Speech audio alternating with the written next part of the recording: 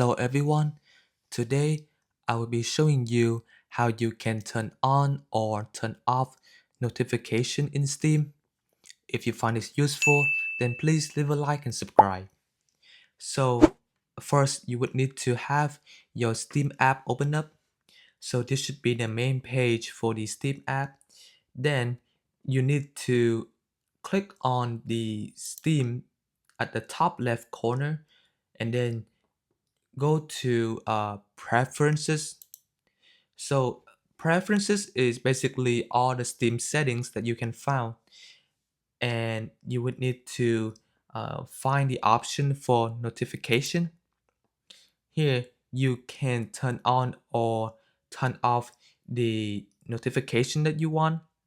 So there are several notifications that you can turn on and turn off.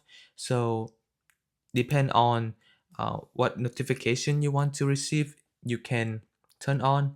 If you don't want it, you can always turn it off. So if you want to turn off this off, then you can always turn off this off together. And that is how you can turn on and turn off notification in Steam. Thank you so much.